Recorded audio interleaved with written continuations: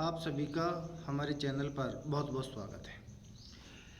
आज हम chapter number 10 के जो अगला टॉपिक है, जो यूको में इस चैप्टर का लास्ट टॉपिक है जो एग्ज़ाम में पूछा जाता है, ट्रांसफार्मर। ट्रांसफार्मर के बारे में थोड़ा बहुत अध्ययन आप छोटी क्लासों में कर चुके हो और इसका कुछ अध्ययन एक्स्ट्रा हम यहाँ पर करेंगे। ट्रांसफार्मर आपने दैनिक जीवन में ज़रूर देखे हैं। घरों के पास जो ट्रांसफार्मर लगे होते हैं, जो 11,000 वोल्टेज को आप 240 वोल्टेज में कन्वर्ट करते हैं और 240 वोल्टेज आपके घर में आती है, वो ट्रांसफार्मर है।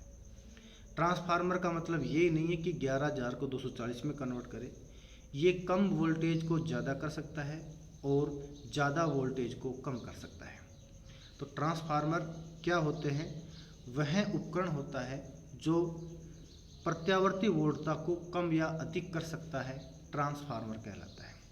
ट्रांसफार्मर भी दो प्रकार के होते हैं, उच्चाई ट्रांसफार्मर और अपचाई ट्रांसफार्मर। अपचाई ट्रांसफार्मर, इसका मतलब ये अधिक वोल्टेज को कम वोल्टेज में कन्वर्ट करता है। उच्चाई ट्रांसफार्मर उच्चाई उच्च करता है, अर्थात कम वोल्टेज को अधिक वोल्टेज में कन्वर्ट करता है। देखिए आप इसमें, वह युक्ति या उपकरण जिसकी सहायता से प्रत्यावर्ती वोल्टता को कम या अधिक किया जा सकता है, ट्रांसफार्मर कहलाता है। ट्रांसफार्मर अन्योन्य प्रेरण के सिद्धांत पर कार्य करता है। ये सवाल एग्जाम में 1 नंबर में जरूर पूछा जाता है कि ट्रांसफार्मर किसके सिद्धांत पर कार्य करता है। इसमें चूंकि 2 कुंडलियां होती हैं और 2 कुंडलियों के कारण एक कुंडली में तो विद्युत धारा प्रवाहित होती है और दूसरी कुंडली में उत्पन्न फ्लक्स में परिवर्तन होता है। तो यहाँ 2 कुंडलियों का चक्कर होता है, इसलिए ये अन्योन्य प्रेरण की बात करता है। तो ट्रांसफार्मर जो है वो वास्तव में अन्योन्य प्रेरण के सिद्धांत पर कार्य करता है।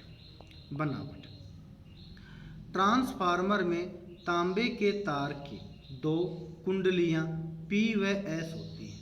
P का मतलब होता है प्राइमरी और S का मतलब होता है सेकेंडरी, प्राथमिक या द्वितीयक। ये कुंडलियाँ कच्चे लोहे के पट्टलित क्रोड पर लिपटी होती है।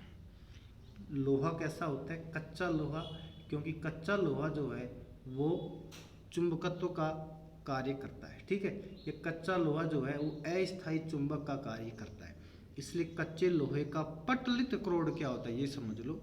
मतलब कि जो क्रोड होता है उसमें पतली पतली प्लेटें होती हैं और उन प्लेटों को एक साथ जोड़ा जाता है। अगले पेज पर जो चित्र आएगा उसमें मैं आपको दिखा दूंगा पट्टलित क्रोड क्या होता है। ट्रांसफार्मर की वह कुंडली जिसे बाह्य प्रत्यावर्ती विभव स्रोत से जोड़ते हैं उसे प्राथमिक कुंडली कहते हैं। समझ में आई बात? अब पट्टलित क्रोड देख लो आप, जैसे ये आपको आयताकार प्लेट दिख रही है ना, ठीक है, ये कच्चे लोहे की बनी होती है। अब ऐसी ये एक प्लेट नहीं होती, ऐसी बहुत सारी प्लेटें होती हैं और उन बहुत सारी प्लेटों को एक साथ जोड़कर रखते हैं, तो ये पट्टलित क्रोड तैयार होता है। तो मतलब कि ये जो प्राथमिक कुंडली है, इस प्राथमिक कुंडली के दोनों सिरों के बीच में तो विद्युत धारा प्रवाहित करते हैं। क्लियर? तो आगे देखो, और इस कुंडली में प्रेरित विद्युत वाहक बल उत्पन्न होता है। तो यहाँ कह दिया हमने, ट्रांसफार्मर की वह कुंडली जिसमें प्रेरित विद्युत वाहक बल उत्पन्न होता है उसे द्वितीयक कुंडली कहते हैं, और ये इसकी क्या है? द्वितीयक कुंडली है। द्वितीयक कुंडली S और ये प्राथमिक कुंडली P, और ये ट्रांसफार्मर है। आगे चलते हैं। कार्यप्रणाली क्या है? माना ट्रांसफार्मर की प्राथमिक कुंडली में फेरों की संख्या Np है। यहाँ कितने फेरे माने मैंने? Np। और द्वितीय कुंडली में फेरों की संख्या Ns है। इसमें क्या मान लिया मैंने? Ns फेरे मान लिया है। तब प्राथमिक कुंडली में उत्पन्न प्रेरित विद्युत वाहक बल होगा, और विद्युत वाहक बल E बराबर क्या होता है? देखो, E बराबर होता है माइनस का d∅/dt, आपको याद होगा। पर चूंकि अगर n फेरे हों तो इसको n से मल्टीप्लाई भी कर देते हैं, तो E बराबर हो जाएगा -n d∅/dt हो जाएगा। पर चूंकि मैं प्राथमिक कुंडली की ही बात कर रहा हूँ, इसलिए यहाँ P लगा दिया, N के साथ P लगा दिया और d∅dt के साथ भी P लगा दिया है। आगे देखिए, अब इसी प्रकार द्वितीय कुंडली में प्रेरित विद्युत वाहक बल होगा और वो होगा NS बराबर ES बराबर होगा -NS d∅dt S। समीकरण नंबर 2। समीकरण 2 में समीकरण 1 का भाग देने पर ये हो जाएगा ES/EP बराबर -NS d∅dt S या -NP d∅dt P, और इसे कह दिया हमने समीकरण नंबर 3।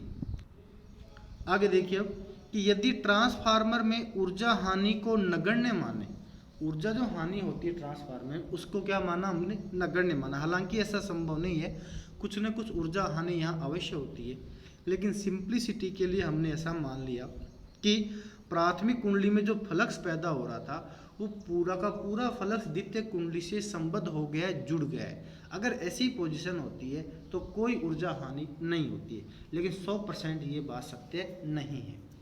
तो अगर हम ऊर्जा हानि को नगण्य मान लें तो उस पोजीशन में क्या हो जाएगा वो देखिए।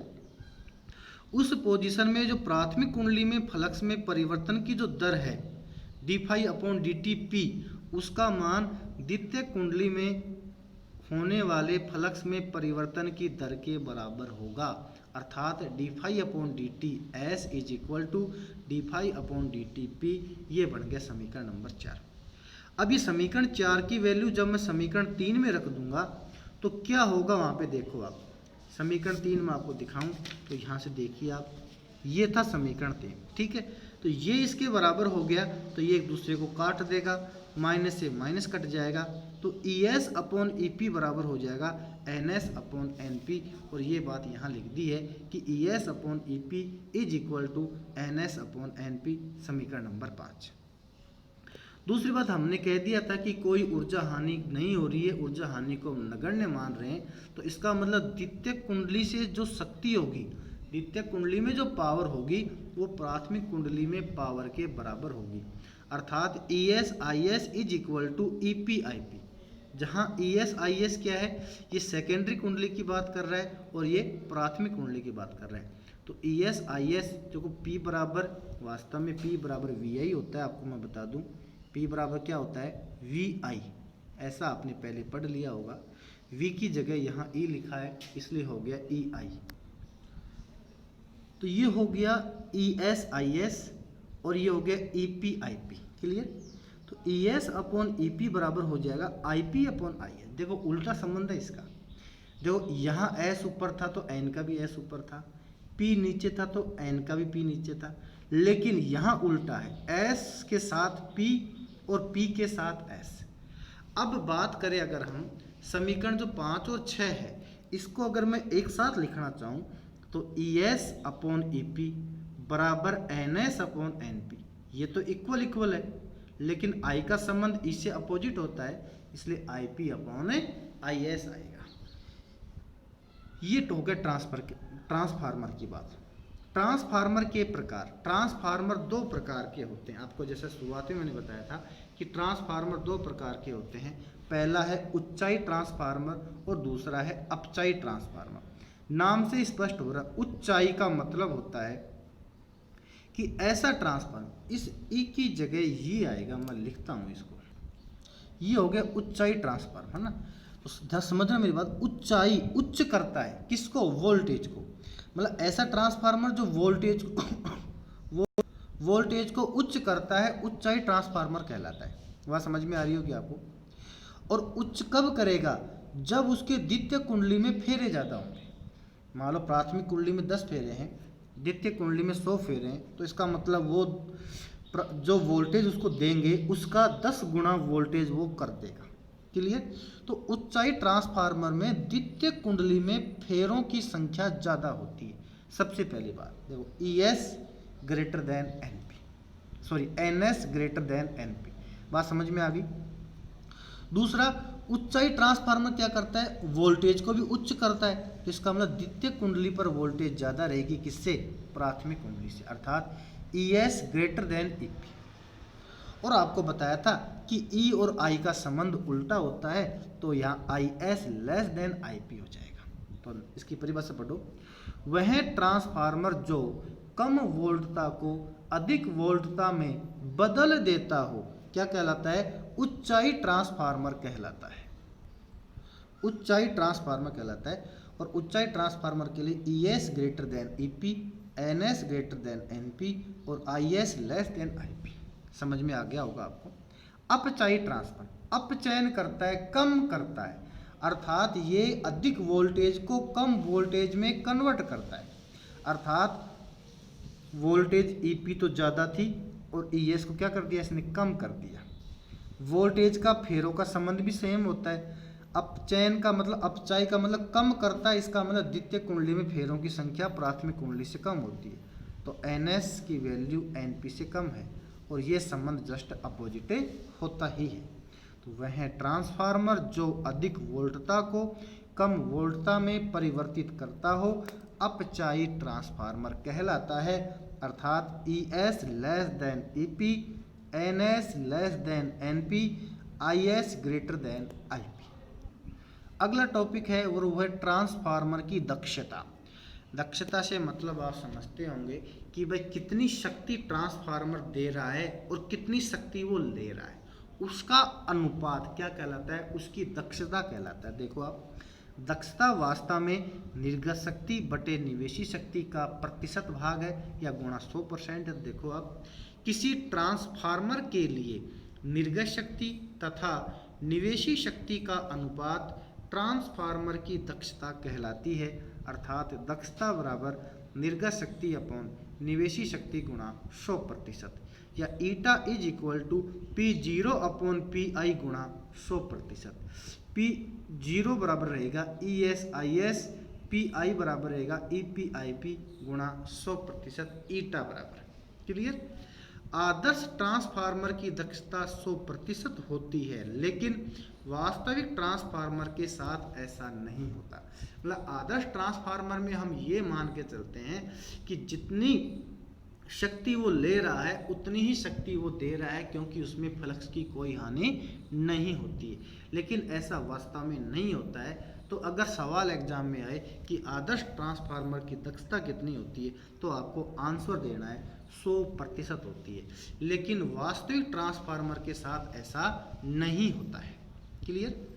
आगे देखो, वास्तविक ट्रांसफार्मर में ऊर्जा क्षय के कारण, जो वास्तविक ट्रांसफार्मर होता है, वास्तविक ट्रांसफार्मर में आपको जैसे मैंने बताया था कि ऊर्जा की हानि होती है, तो उस ऊर्जा की हानि के क्या क्या कारण है वो हम यहाँ देखेंगे। निम्न कारण है। पहला है फ्लक्स क्षरण, मतलब कि जो प्राथमिक कुंडली के साथ जो फ्लक्स जुड़ा हुआ है वो पूरा का पूरा फ्लक्स द्वितीय कुंडली के साथ नहीं जुड़ पाता है, कुछ फ्लक्स की हानि हो जाती है, इसलिए वास्तविक ट्रांसफार्मर में ऊर्जा का क्षय होता है। दूसरा है कुंडलियों का प्रतिरोध। हालांकि हम ट्रांसफार्मर में जो कुंडली लगी होती है वो तांबे के तार की बनी होती है, उसका प्रतिरोध बहुत कम होता है, लेकिन फिर भी कुछ न कुछ प्रतिरोध होता है, उसकी वजह से भी कुछ ऊर्जा की हानि हो जाती है। देखो आप, ट्रांसफार्मर में उपस्थित कुंडलियों का कुछ न कुछ प्रतिरोध अवश्य होता है, जिसके कारण ऊर्जा की हानि होती है। तीसरा है भंवर धाराएं।